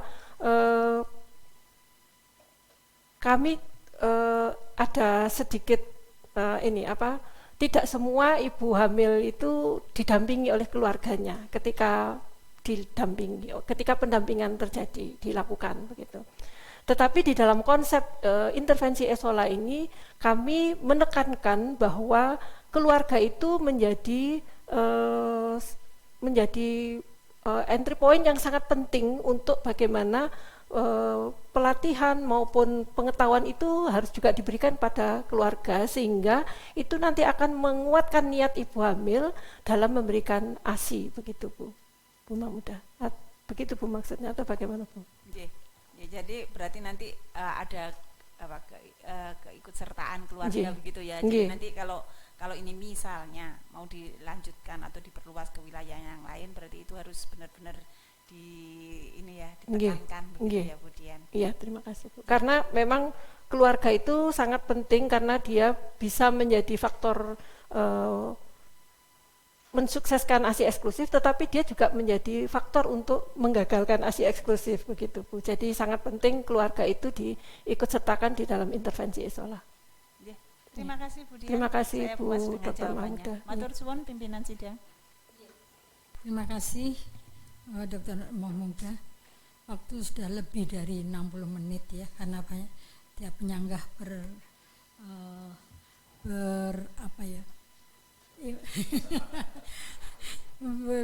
banyak pertanyaan yang diajukan, tapi tidak apa-apa, banyak masukan di sini ya. Selanjutnya kita tawarkan pada undangan akademik ya. Undangan akademik mohon pertanyaan singkat jelas ya. Pertama pada Pak Lutfi Rusyadi SKM MSc, kami persilakan. Terima kasih pimpinan sidang. Yang pertama selamat untuk Bu Dian. Terima kasih. Singkat saja saya kira, meskipun tadi sudah banyak dibahas tentang peran keluarga, barangkali saya ingin memberi penegasan siapa saya kira yang keluarga yang sangat berperan. Kemudian yang kedua, kapan sebenarnya Esola ini bisa diterapkan biar efektif dalam kaitannya dengan delay onset laktasi ini tidak terjadi. Mungkin dua itu aja. Terima kasih. Baik, terima kasih Bapak Lutfi Rusyadi SKM MSc. Mohon izin memperkenalkan, beliaunya ini adalah direktur saya begitu, Direktur Poltekkes Kemenkes Surabaya. Jadi terima kasih Pak Lutfi sudah berkenan rawuh pada kesempatan siang hari ini. Dan saya ingin menjelaskan, jadi keluarga di sini adalah ada bisa ibu, mertua, atau bisa suami. Jadi kami dari beberapa responden ini ada juga keluarga yang masih nuclear family, sudah nuclear family, ada yang masih extended family. Jadi masih tinggal dengan mertua atau ibunya begitu, kalau karena masih anak pengantin masih muda ini, jadi responden kami kebanyakan. Jadi pada kelompok yang tinggal dengan orang tua, maka sasarannya suami dan orang tua, baik ibu maupun mertua. Terus kemudian kalau keluarga itu adalah keluarga nuclear family, karena ada juga responden kami yang hanya tinggal dengan suaminya saja, maka tentu suami yang menjadi entry point untuk memberikan penjelasan dalam intervensi esola menika Pak Lutfi. Kemudian tadi kapan intervensi esola ini dilakukan supaya efektif untuk meningkatkan supaya onset laktasi itu tepat waktu. Jadi penelitian kami dilakukan pada saat usia kehamilan 16 minggu, Bapak. Jadi pada saat 16 minggu kemudian dilakukan penyuluhan dan lain sebagainya, kemudian diamati lagi pada usia 28 minggu. Setelah itu diamati lagi pada usia 35 minggu dan sampai pada usia persalinan dan pada persalinan sampai usia bayi 3 hari atau 72 jam. Jadi menurut kami esola ini intervensi esola ini diintervensikan pada waktu yang lebih awal lebih baik. Karena dengan waktu yang panjang maka keluarga ini akan mendapatkan penguatan untuk memberikan ASI yang penguatan niatnya. Karena seperti yang sudah kami lakukan penelitian, jadi sebetulnya semua ibu hamil itu memiliki niat untuk memberikan ASI. Hanya di tengah perjalanan, terutama ketika mengalami kesulitan pada saat setelah melahirkan dan ASI tidak keluar, ini niatnya menjadi menurun begitu, bahkan bisa rusak karena orang tua sudah mensupport, sudah dikasih aja susu formula gitu. Jadi bahkan dari beberapa literatur yang saya baca, orang tua bahkan mau memberikan uangnya, katanya menawarkan uangnya karena khawatir mungkin mantunya atau anak laki-lakinya tidak bisa memberikan susu formula karena memaksakan untuk memberikan ASI begitu, Pak. Terima kasih. Ya, cukup. Oke. Terima kasih. Selanjutnya Pak Taufik Rahman. Kami silakan. Jawabannya singkat ya, Mbak ya. Ya, baik, terima kasih. Ya. Terima kasih pimpinan sidang. Saya kira sudah banyak tadi beberapa hal yang menjadi masukan. Terkait dengan hilirisasi barangkali ini, tadi banyak disinggung bagaimana kelanjutan daripada esola ini. Nah, kalau risetnya ini dilakukan di Surabaya, kemudian kita duplikasikan di tempat lain, nggak usah jauh-jauh lah, di Sidoarjo, dengan karakteristik yang sedikit beda penduduknya. Data terakhir di SSGI, ASI eksklusif di Sidoarjo itu sangat rendah gitu. Padahal sebetulnya itu masyarakatnya lebih mudah untuk kita edukasi dengan berbagai pendekatan. Nah, kalau seandainya esola ini diduplikasikan, dimungkinkan nggak? Apa jaminannya sehingga esola ini bisa diterapkan di tempat yang berbeda? Baik, terima kasih Pak Taufikur Rahman, SKMMkes. Ini beliaunya adalah ketua jurusan kami, jadi yang mengawal jurusan gizi dengan beberapa dosen yang ada begitu. Terima kasih Pak Taufik. Jadi intervensi esola ini sangat memungkinkan untuk dilakukan replikasi di tempat lain. Kalau di Surabaya, kalau di Sidoarjo, saya kira masih sangat mungkin Pak Taufik, karena Sidoarjo lebih dekat dengan Surabaya, karakteristiknya meskipun kalau di pedesaan ya mungkin tapi tidak terlalu jauh karakteristiknya dengan Surabaya. Dan mungkin kalau di tempat di Sidoarjo itu belum ada kader ibu hamil, mungkin bisa dimulai dengan membentuk kader ibu hamil yang itu nanti akan dilakukan pelatihan oleh tenaga kesehatan.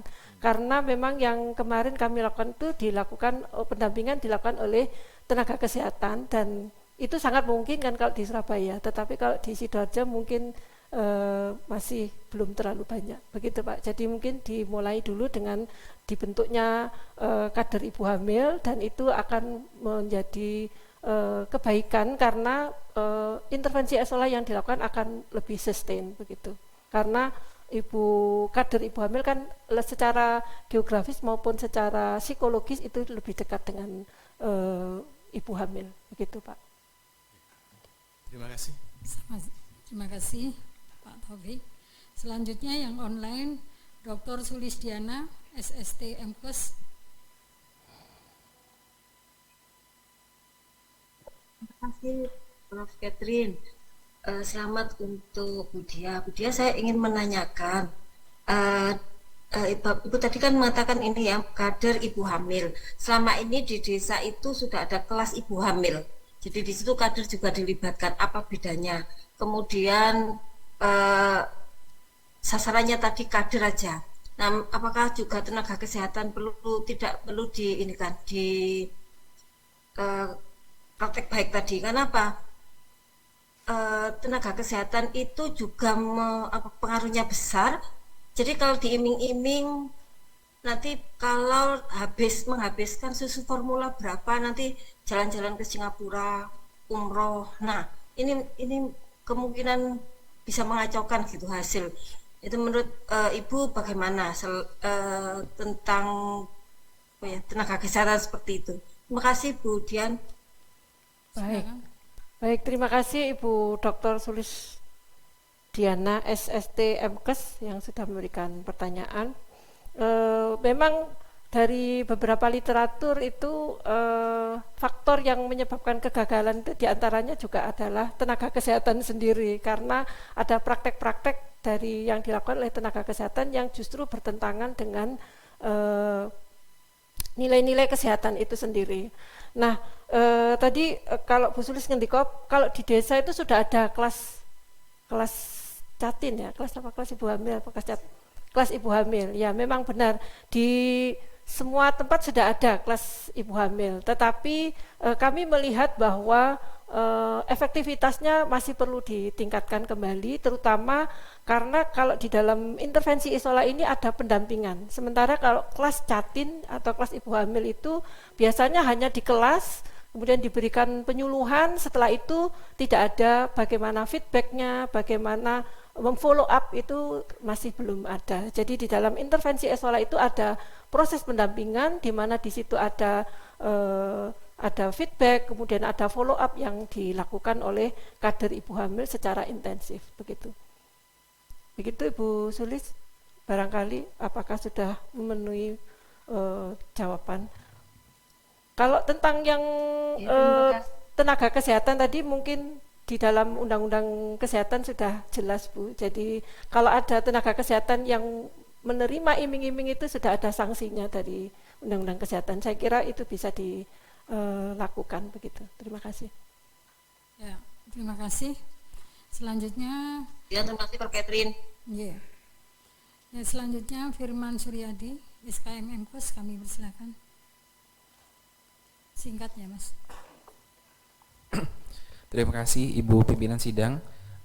Selamat Budian atas capaiannya. Yang ingin saya tanyakan adalah apa urgensi ESOLA ini di dalam public health Ibu? Baik. Terima kasih. Terima kasih Mas Firman Suryadi, SKM MKes, ini teman seperjuangan kami di S3, mudah-mudahan setelah ini bisa segera menyusul. Okay. Urgensi dari intervensi ESOLA terhadap public health ini sangat besar karena dengan adanya intervensi ESOLA ini maka delay onset laktasi ini bisa diturunkan, jadi sehingga dengan demikian maka angka kesakitan, angka kematian ibu hamil juga akan diturunkan, kemudian angka bayi yang lahir dengan BBLR juga bisa diturunkan karena ibunya sudah mendapatkan pendampingan untuk bagaimana konsumsi dengan baik, kemudian bagaimana meningkatkan berat badan dan lain sebagainya, sehingga intervensi ESOLA ini sangat besar urgensinya terhadap public health. Begitu Pak Firman barangkali. Terima kasih Bu Dian atas jawabannya. Saya puas. Selanjutnya Dr. Ine Susanti SKM MKes.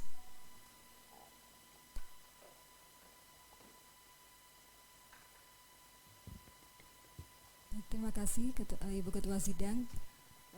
Selamat kepada Ibu Dian Sofia atas capaian yang sudah sampai detik ini ya.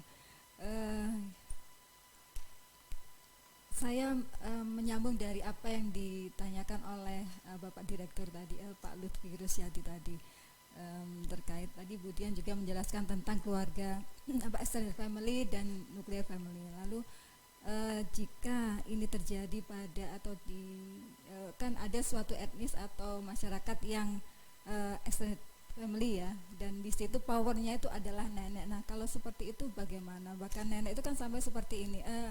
Kolostrum itu harus dibuang, jadi tidak boleh diberikan. Nah kalau seperti itu bagaimana? Terima kasih. Bahkan ada yang sampai harus dikasih makan dulu, jangan dikasih ASI. Nah seperti itu bagaimana? Ya baik. Terima kasih Bu Dr. Ine Susanti SKM MS MKes. Pada keluarga yang extended family itu memang kita seharusnya melakukan pendekatan yang lebih intens Bu Ina, karena terutama apabila sampai ada nenek ini kan biasanya merasa bahwa pengalamannya lebih banyak dibandingkan mungkin yang menyuluh begitu ya. Jadi memang banyak sekali trik yang harus dilakukan, terutama kami bisa mungkin bisa dilakukan dengan menggunakan orang-orang penting yang ada di wilayah tersebut. Misalnya tadi yang disampaikan oleh Prof. Bagong, jadi kalau itu di daerah, misalnya kalau di Madura, mungkin bisa digunakan Pak Yainya, sehingga itu bisa lebih mengena dibandingkan dengan petugas kesehatan saja, karena apalagi kalau petugas kesehatannya masih muda. Tapi kalau Pak Yainya, itu insya Allah akan lebih mengena pada nenek tersebut. Dan pada keluarga yang extended ini memang kami berharap nantinya akan lebih memberikan fokus yang lebih banyak, karena tidak hanya kalau nuclear family kan hanya suaminya saja, dimana kalau suami yang sekarang mungkin lebih open minded, tetapi kalau yang sudah sampai nenek itu mungkin harus lebih fokus lagi, lebih diberikan perhatian yang lebih banyak lagi, dan bisa digunakan saluran misalnya pada Pak Yai, guru ngaji dan lain sebagainya. Terima kasih Bu Ina, ya, barangkali itu. Lampu sudah merah. Sidang ujian doktor terbuka yang saya hormati, waktu ujian sudah berakhir dengan tanda lampu merah. Dengan demikian ujian doktor terbuka dinyatakan selesai.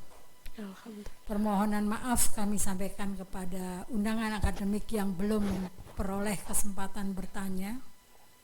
Selanjutnya akan diadakan rapat yudisium untuk menetapkan predikat disertasi promovendus paling lama 25 menit. Promovendus dan para undangan akademik dimohon meninggalkan ruang sidang ujian doktor terbuka dan dipersilahkan kembali pada saat pengumuman hasil yudisium. Promovendus beserta keluarga telah memasuki ruang ujian. Maka kami akan mengumumkan hasil yudisium.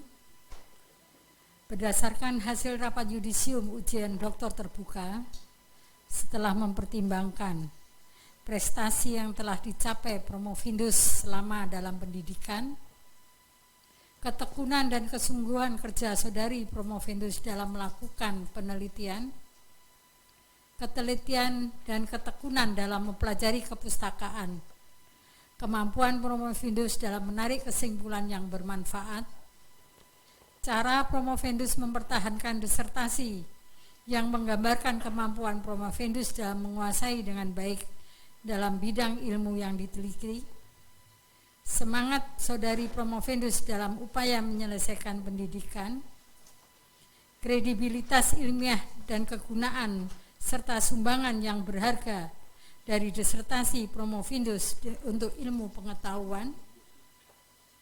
Selain itu juga memperhatikan penilaian yang dilakukan oleh panitia ujian doktor tertutup tanggal 29 Agustus 2023 yang diketahui oleh Saudara Dr. Mahmudah Insinyur MKes. Yang kedua, segala peraturan dan wewenang yang ada pada program Doktor Fakultas Kesehatan Masyarakat Universitas Erlangga. Maka dengan ini pimpinan sidang memutuskan bahwa disertasi Saudari Promovendius diterima, dan dengan demikian Saudari Dian Sofia SKM MKes telah menyelesaikan pendidikan doktor dalam program studi Doktor Kesehatan Masyarakat dalam jangka masa studi 5 tahun 1 bulan, serta dinyatakan lulus dengan predikat sangat memuaskan. Kepadanya diberikan hak untuk memakai gelar doktor dengan hak dan kewajiban serta kehormatan untuk menurut hukum melekat pada gelar tersebut.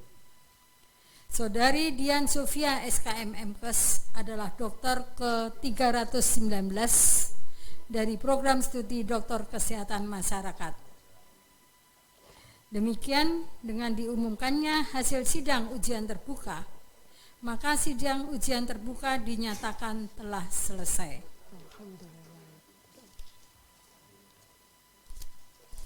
Terima kasih kami sampaikan kepada para penyanggah dan para undangan akademik, para tamu, dan secara khusus kepada promotor dan kopromotor yang sudah turut mengukir prestasi Saudari Dr.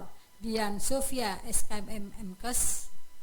Demikian juga kepada para keluarga yang dengan setia dan ikhlas memberikan dukungan kepada Dr. Dian Sofia SKM MKes. Sebelum promotor menyerahkan ijazah doktor secara simbolis kepada Dr. Dian Sofia SKM MKes, kami persilakan promotor untuk menyampaikan sepatah dua patah kata kepada hadirin serta langsung kepada Dr. Dian Sofia SKM MKes. Kami persilakan. Terima kasih Ketua Sidang. Alhamdulillahirabbil alamin. Pada pagi hari ini, pagi hingga siang hari ini, kami selaku tim promotor dan kopromotor menyatakan dan mengucapkan selamat kepada Saudara Dr. Dian Sofia SKM MKes. Anda siang hari ini telah dinyatakan lulus dan sebagai dokter dan berhak menyandang gelar doktor. Kami memberikan apresiasi kepada saudara karena Anda sudah tekun menyelesaikan penelitian yang luar biasa, dan saya kira tentu Anda ingin bahwa temuan penelitian ini bermanfaat. Semoga apa yang sudah dicapai dalam studi ini, temuan-temuan dalam penelitian akan bisa diimplementasikan untuk kemaslahatan masyarakat luas, dalam upaya meningkatkan derajat kesehatan ibu dan anak pada khususnya. Sekali lagi selamat Saudara Dian dan Bapak Ibu yang hadir di sini. Kami sampaikan bahwa Bu Dian ini sudah menghasilkan publikasi, 2 publikasi yang di jurnal internasional serta 2 haki dari penelitian itu. Demikian selamat kepada Mbak Dian serta keluarga. Mbak Dian ini didampingi oleh suami tercinta. Beliau adalah teman saya waktu kuliah S1 dulu. Selamat Pak Mahrur. Bimbingan saya, Bu. Iya. Pak Mahrur bimbingan Prof. Katrin. Sahabat saya waktu S1. Iya. Ya. Sekian dari saya, Mbak Dian.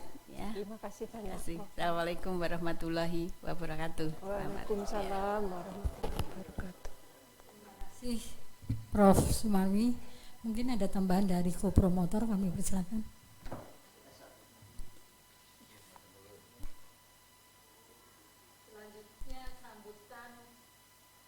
Selanjutnya sambutan dokter baru, kami persilakan. Kemudian. Baik. Terima kasih Ibu Pimpinan Sidang Profesor Dr. Katarina Umbul Wahyuni, Dr. MS, MPH. Pertama-tama saya mengucapkan puji syukur kehadirat Allah Subhanahu wa Ta'ala yang telah memberikan banyak karunia kepada saya sehingga saya bisa dipertemukan dengan promotor dan kopromotor yang dengan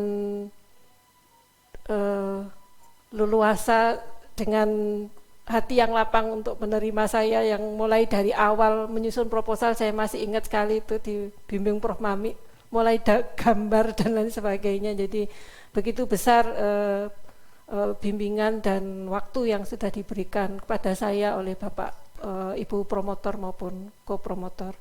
Saya mengucapkan banyak terima kasih dan penghargaan yang setinggi-tingginya. Semoga apa yang sudah diberikan kepada saya menjadi ladang pahala bagi Bapak Ibu sekalian. Dan kepada ibu saya yang saya cintai, terima kasih telah memberikan pendampingan dan support yang besar, dan pada suami saya yang juga selalu memberikan support untuk menyelesaikan studi ini dan memberikan penguatan, karena memang penelitian ini juga sangat berat begitu. Jadi mulai dari kehamilan 16 minggu sampai dengan persalinan itu juga sangat berat, dan agak putus asa ketika tiba-tiba pandemi datang begitu Prof. Jadi terus kemudian banyak yang DO itu juga memberikan memberikan stres yang sangat besar juga. Alhamdulillah ada suami, ada ibu dan adik-adik serta promotor dan kopromotor yang selalu memberikan support. Dan saya juga sangat berterima kasih karena masih diberi kesempatan oleh Bapak Direktur untuk melanjutkan studi, karena kalau tidak diizinkan mungkin saya agak kesulitan karena kepegawaian yang ada pada saya. Dan teman-teman di jurusan gizi yang juga selalu mensupport, ayo Budian semangat. Jadi itu yang juga yang mendorong untuk bisa segera menyelesaikan studi ini, meskipun juga tertatih-tatih nggih Prof. Nggih, tapi alhamdulillah semuanya sudah diselesaikan, dan mudah-mudahan ini akan memberikan manfaat pada khalayak banyak. Mudah-mudahan nanti ke depan kami bisa mengemban gelar doktor ini dengan sesuai apa yang dicita-citakan orang banyak, ibu saya, promotor, kopromotor, penguji dan lain sebagainya. Mudah-mudahan nanti kami bisa meneruskan sehingga baik publikasi maupun nanti bisa dimanfaatkan masyarakat banyak. Terima kasih. Begitu Ibu Pimpinan Sidang, saya juga mengucapkan terima kasih pada Bapak Ibu penyangga, profesor dan para dokter yang sudah berkenan rawuh sampai siang ini. Terima kasih Bu. Sampun Prof, pada Ibu tadi sampun Prof. Terima kasih Prof Ketua Sidang. Ya. Sebelum penyerahan ijazah dokter secara simbolik kepada Dr. Dian Sofia SKM MPes, marilah kita bersama menyanyikan lagu himne Erlangga bait kedua, Bagimu alma materku berjanji setia, sebagai bentuk penghargaan dan kebanggaan serta janji kita kepada alma mater Universitas Erlangga. Kami persilahkan berdiri.